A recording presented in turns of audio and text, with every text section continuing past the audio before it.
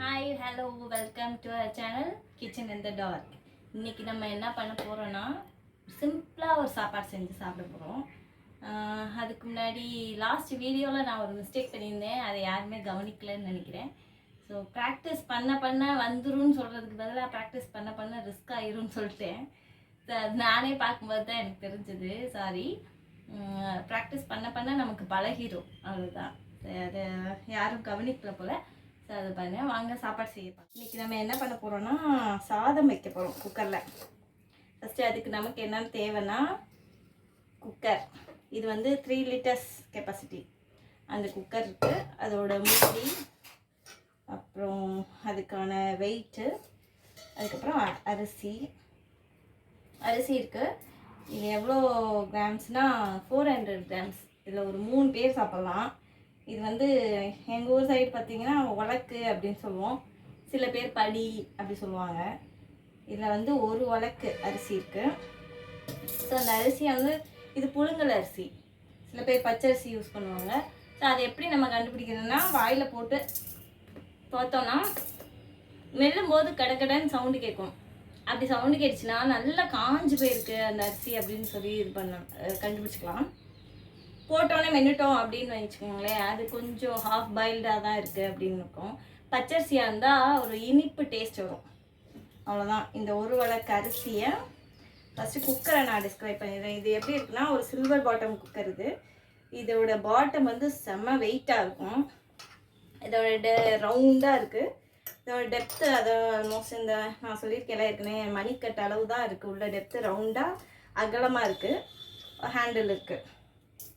இதோட விளிம்பு பார்த்திங்கன்னா அப்படியே ஒரு மாதிரி நெல்லியாக அப்போ அங்கங்கே ஒரு டிசைன் மாதிரி கொடுத்துருக்காங்க. ஸோ அதுக்குள்ளே இந்த அரிசியை வச்சு உள்ளே கொட்டிட்டேன். இந்த ஒரு உலக்கு அரிசி இந்த பாத்திரத்தில் வச்சு இந்த கொட்டாமல் இருக்கிறதுக்கு அதையும் அதில் கொட்டிட்டு இப்போ நம்ம வாஷ் பண்ணிக்கலாம்.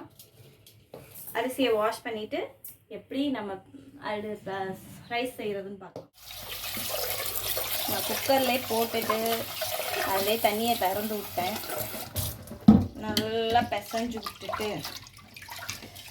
பிசைஞ்சோன்னா அதில் இருக்க அந்த பால் மாதிரி ஒரு இது இருக்கும், அது ஃபுல்லாக வெளில வரும். இது பாலிஷ்டு ரைஸ் தானே, அவ்வளோ ஒன்றும் கெட்டியாலாம் வராது. நல்லா கழுவியாச்சு. கீழே ஒரு கை வச்சுட்டு வடிங்க, இல்லாட்டி அரிசி ஃபுல்லாக கீழே போயிடும். கீழே அந்த தண்ணி கீழே வடியும்ல, அதுக்கிட்ட ஒரு கை வச்சிட்டிங்கன்னா அரிசி இருந்தால் நம்ம கையில் பட்டும், கையில் நின்றுக்கும். தண்ணி மட்டும் கீழே போயிடும்.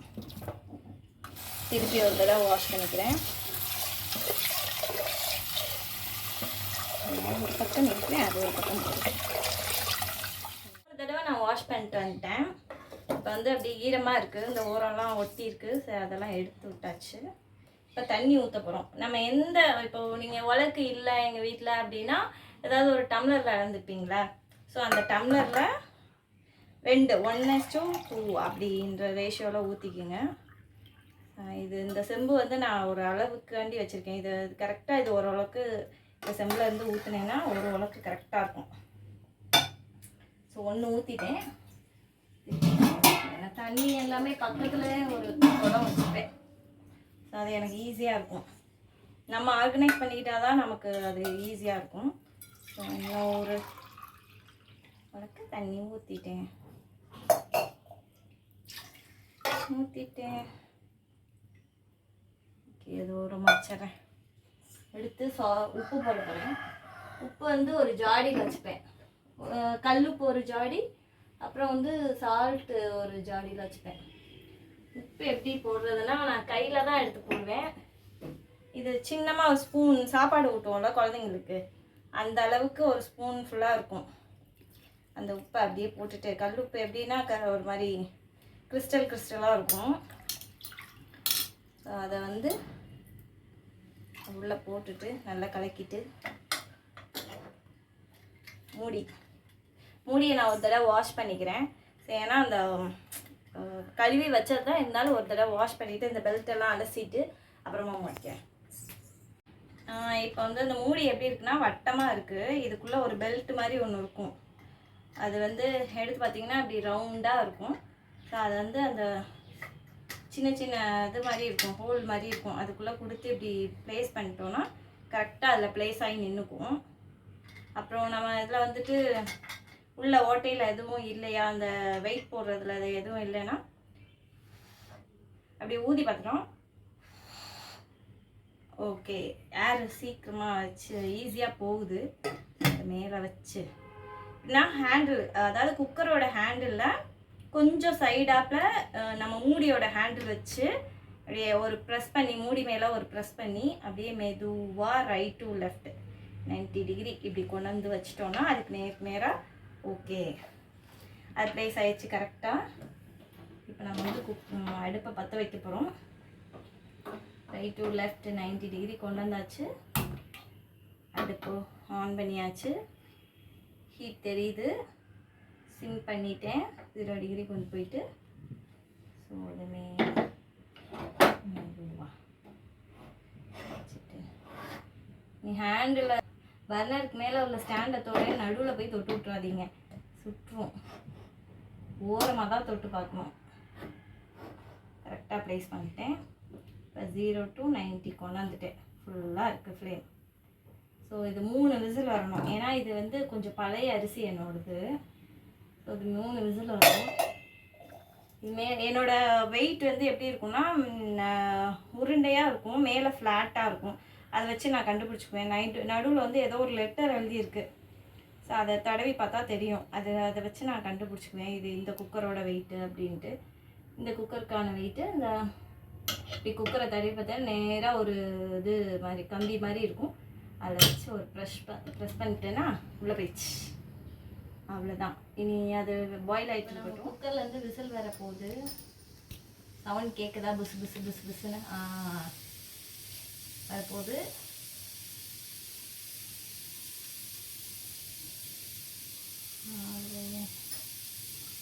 அந்த சவுண்ட் வச்சு இப்போ வந்து ஃபஸ்ட்டு விசில் வரப்போகுது.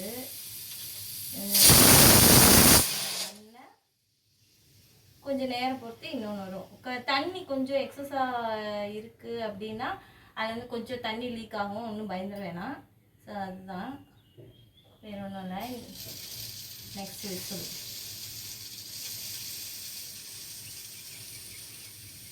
ஒவ்வொரு விசில் வர போகிறதுக்கு முன்னாடியும் கொஞ்சம் தண்ணி வருது வெளியில். அதோட சவுண்ட் தான் விசில் சவுண்டு. விசில் வந்து வேறு மாதிரி ஒரு மாதிரி புஷ்ன்னு கேட்குது. நான் என்னோட அரிசி கொஞ்சம் பழைய அரிசினால ஒரு 3 விசில் விடுறேன். இப்போ 90லேருந்து அப்படியே இல்லை ரைட் சைடு அப்படியே டேர்ன் பண்ணால் க்ளோஸ் ஆகிடுச்சு. அவ்வளோதான், முடிஞ்சு. இப்போது இது அப்படியே வந்து கொஞ்சம் நேரம் ஸ்டீம் அடங்குற வரைக்கும் அப்படியே நம்ம விட்டுட்டோம்னா கொஞ்சம் நேரம் கழித்து ஓப்பன் பண்ணோன்னா ரைஸ் வெந்துடும். நம்ம எடுத்து சாப்பிட்டுக்கலாம். அப்புறம் என்னென்னா, நான் நேற்று எங்கள் அக்காவோட நான் பேங்க் போயிருந்தேன். அப்போ ஒரு இன்சிடெண்ட் பார்த்தேன். என்னென்னா ஒருத்தவங்க கால் சரியாக நடக்க முடியல. அவங்க ஆட்டோவில் வந்துட்டு இருந்தாங்க. அந்த ஆட்டோவில் கேட்டு தான் ஏறினாங்க. சார் என்னால் ஏற கொஞ்சம் லேட் ஆகும், இறங்குறதுக்கு லேட் ஆகும், நான் ஏறவா அப்படின்னு கேட்குறேன். ஆட்டோக்காரர் உண்மையை சொல்ல சரி ஏறுங்க அப்படின்னு சொல்லிட்டாரு. ஏறி அவரோட ஸ்டாப் வந்து இறங்கும்போது அவரால் சடனாக இறங்க முடியல. ஸோ அதுக்காக அவரை பிடிச்சி திட்டி விட்டார். நீ எல்லாம் எதுக்கு வெளில வர்ற, நீ எல்லாம் எதுக்கு ஆட்டோவில் எல்லாம் ஏறுற அப்படின்னு சொல்லி திட்டி விட்டார். ஸோ அந்த மாதிரிலாம் யாரும் பண்ணாதீங்க ப்ளீஸ். உங்களால் முடிஞ்சால் செய்யுங்க, இல்லாட்டி முடியாட்டினா செய்யாதீங்க. அவங்க கேட்டு தான் ஏறுறாங்க, நான் இப்படி தான் அப்படின்னு சொல்லிட்டு அதை வந்து உங்களால் பொறுத்துக்க முடியாட்டினா முடியலான்னு கூட சொல்லிட்டு போயிடுங்க. நான் இன்சல்ட் பண்ண மாதிரி பேசாதீங்க ப்ளீஸ். ஸோ இப்போ நம்ம சாதம் தம் அடங்கு கீழே இறக்கிட்டேன். இந்த குக்கருக்கு முன்னாடி ஒரு ஹேண்டில் மாதிரி சின்னதாக இருக்கும். அதை பிடிச்சிட்டு இதை பிடிச்சிட்டு இறக்கணும். கேர்ஃபுல்லாக சூடாக இருக்கும், பார்த்து. ஓப்பன் பண்ணிட்டேன். ஆவி அடிக்குது முகத்தில். வச்சுட்டேன்.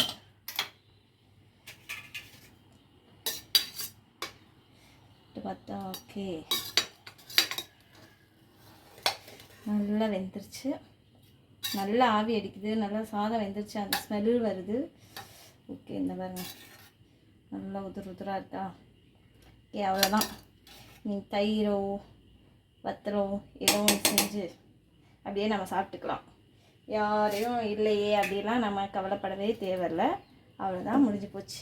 நீ ஏதாவது நம்ம போட்டு சாப்பிட்டுக்கலாம், யாரையும் தேடணும்னு அவசியம் இல்லை. நம்ம சாதம் வச்சு கற்றுக்கிட்டாச்சு. நெக்ஸ்ட் வீடியோவில் பார்க்கலாம். டாடா பாய். எல்லோரும் செஞ்சு பார்த்துட்டு எப்படி இருக்குன்னு சொல்லுங்கள்.